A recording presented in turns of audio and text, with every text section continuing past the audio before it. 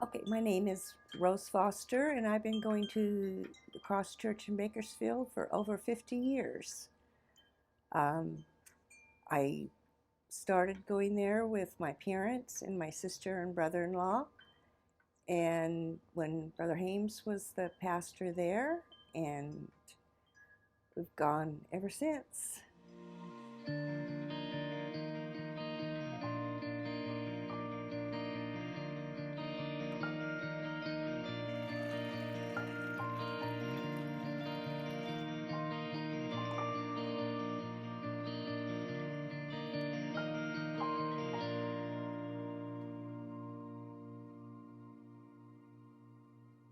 I've gone, been in church most of my life. I was a normal teenager, and when I was going through high school, I didn't attend regularly. But then when I graduated and started college, then I met my husband, and he comes from a family that was raised in church. So of course, then we got back into church when we started our family. I did grow up in church. My folks were Christians when we moved to California when I was in kindergarten. And at that time, nobody worked on Sundays. The stores weren't open when I was a child. And then I was in my, I say 10, 12-ish age group. Then my dad worked for a grocery store and they started opening on Sundays. Well, then he stopped going to church. And uh, so we had to, um, we lived close enough that we could actually walk to church. So my sisters and I would walk to Sunday school. We didn't usually stay for church. We just went for Sunday school and then came back home.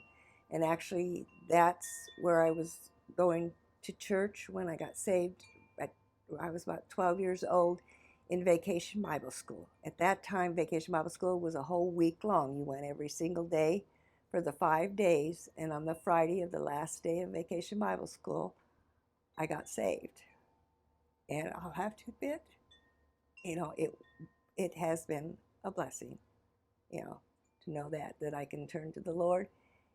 In fact, another story that's kind of funny, I guess the Lord knew that it's hard for me to make decisions, that I only dated one boy my entire life and married that boy.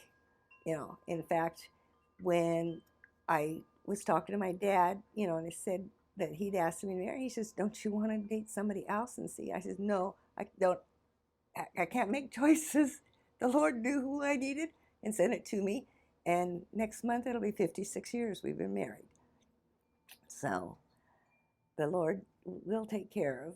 Another thing that He's done is we were able to put both of our girls in Christian schools. That if you, and literally we did, we sat down and figured out the finances. We should not have been able. The money was not there to send them to school, but yet they went to school and we had the money. And it was the Lord. He was looking out for them. And so that they could go through it. Because originally when we put them in public school and in those days it wasn't that bad, but you know the Lord did provide for us, and He will. He does whatever you need. Just ask Him and He will provide it for you. I'm old enough now that I can look back and see all these things that He does.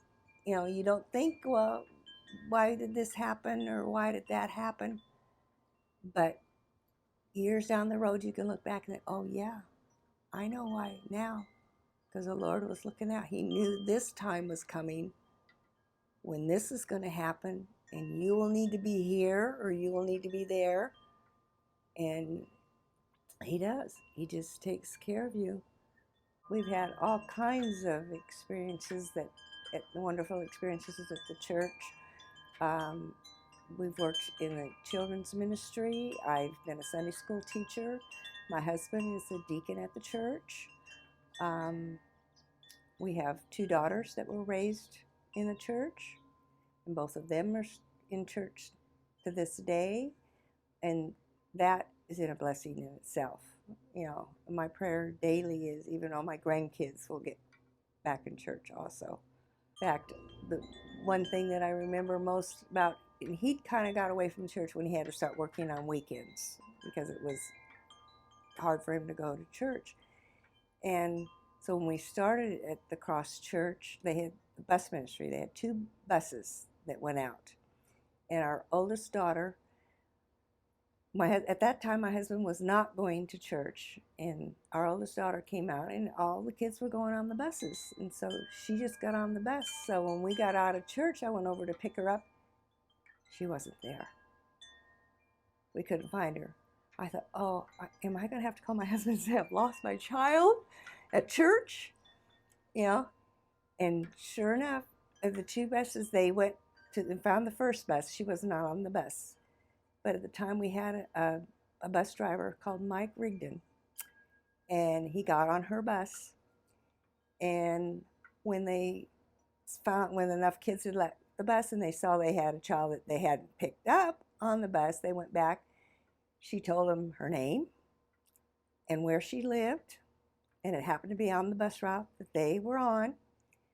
So they took her home, and I had to call my husband and say that she got on the bus. And so when got home, he called the church and said, she's at home, you know.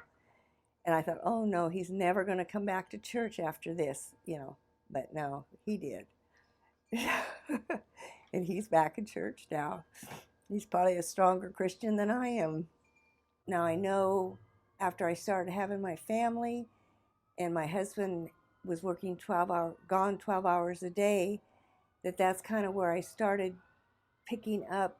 After I'd get the girls to bed at night, I'd pick up my Bible and start. In fact, I got at the time on cassettes, got the Bible on cassettes and put it in my ears, and I would listen to the Bible. And I think I started growing at that time. So I was an adult, really, when I started getting into the Word and studying it in prayer and all of this as I got older. So now I can't tell you how many times we read through the Bible every single year. In fact, my morning has to start in the Lord. I get up, pour a cup of coffee, we read the Bible, and I've got it on my phone now, not on cassettes, and let somebody else read it to me. But every morning it starts, and then I have a devotion for my grandkids. I got a Bible or book years ago that said prayers for your grandchildren, and so because I do have 5 of those all over the country now, so they're prayed for every single day.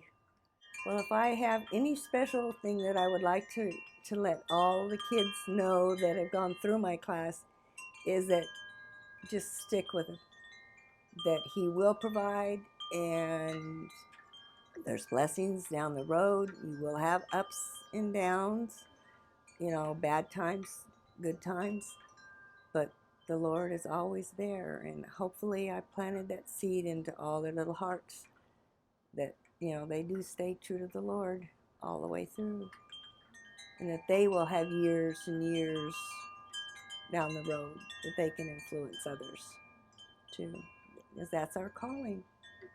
It's you know, that we are to go out and tell others about Him.